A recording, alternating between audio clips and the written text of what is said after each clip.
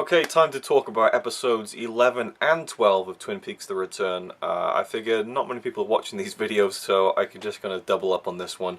I'm trying to power through again and get caught up. And I'm still not completely caught up, but I think I only have 2 more episodes to go, and then I can watch it weekly, which will be interesting to finally get to do that with Twin Peaks. And it will only be a few more weeks until the end of the entire show. But not much to talk about, really. Episode 11 I loved. Episode 12 was just there. Episode 11 was fantastic. We had the wrapping up of the Mitchum brothers storyline with Robert Nepper and James Belushi getting ready to kill Dougie Cooper, and Cooper's boss gives him Dougie's boss gives him the check for the insurance money that the Mitchum brothers were after, and so they send him out into the middle of the desert and they're gonna kill him.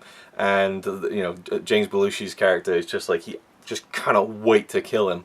And then of course he gets guided into a shop by the Black Lodge and comes with the cherry pie, which he dreamed about, and then he finds the check. And I love the reaction of Robert Nepper and James Belushi when they saw the check, like just absolute elation. And that final scene in the bar where they're just so over the moon and they love Dougie, and they eat cherry pie, and he's like, damn good, you know. Just, I loved that scene so much. Episode 11 was really, really good. There was some stuff in Twin Peaks, a lot of stuff actually. We saw Becky going mental on her husband, the guy with the mustache I don't like. So he's been cheating on her and kind of getting physical with her and stuff like that. And she kind of tries to take her mum's car, Shelley's car, and Shelley jumps on the bonnet and she drives off and Shelley flies off the bonnet. And then they have a family meeting at the Double R. Bobby, Shelley, and Becky. So we find out that Bobby is the father, but they're not together. And there was something about that scene that was quite affecting, probably because my parents were always split up, and so it was very rare that I would have, you know, I would be sat down with my mum and my dad. That was a rarity, you know. So that kind of situation, there's something about it I related to, I suppose. And then there's that whole crazy situation with the kid throwing a gun at the windows, and then that kid throwing up in the car, and the woman. I mean, it was just absolute insanity, but I was so gripped. And the build up to the Dougie Cooper and the Mitchum brothers meeting in the desert, I was so on edge, you know. I just thought it was fantastic. I just couldn't wait to see what was going to happen. Obviously I knew they were going to kill him, but I just was so on edge. Episode 12, not so much.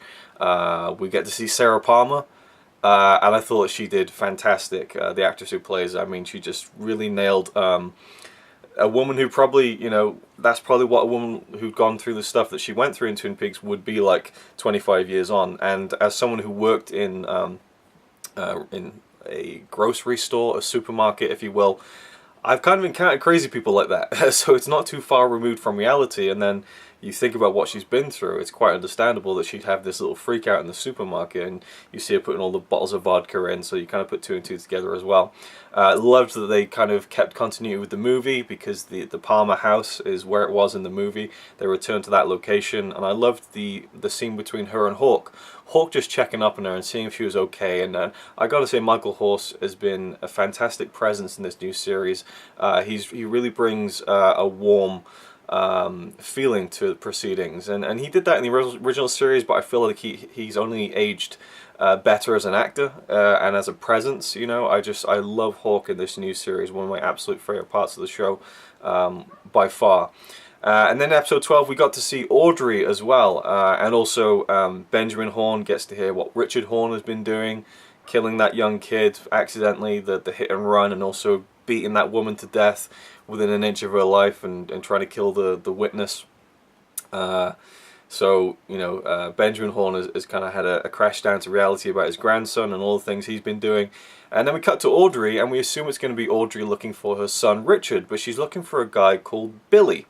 And there's another guy called Chuck, and then there's Tina. I don't know, have we seen these people before? I've got no clue. She's there with her husband Charlie, this little guy, and the scene goes on forever, and he finds something out really interesting, but he won't tell her. And you know, it's great to see Audrey back, but I'm just so confused by this, and it's so tantalizing to kind of throw you into something so intriguing that you know nothing about, to the point where I'm even wondering, is Richard even Audrey's son? You know, because Benjamin's like, he had no father, and it's like, well, give me the answers. So incredibly intriguing, but episode 12 had a lot of scenes that were really dragged out, like the scene with Cole and Albert at the hotel, and Cole's got this French girl there that he's entertaining, and he says, can you give us a private moment? And she takes like 5 minutes to get ready, which was just so laborious, but kind of worth it when Cole is kind of speaking to Albert, and Albert is just like, you can see kind of like the rage building up inside him, and that just losing his will to live over how much his patience is being tested by Cole in that moment. I find that hilarious, I have to say. The intrigue with Diane continues, where her part is in all of this. She kind of read the coordinates off the arm of the body of Ruth Davenport, who they found at that location where Matthew Lillard's character had gone and met Garland Briggs. You know, they saw people disappearing. Cole was looking up into like this other dimension, and there was like the woods men, I guess.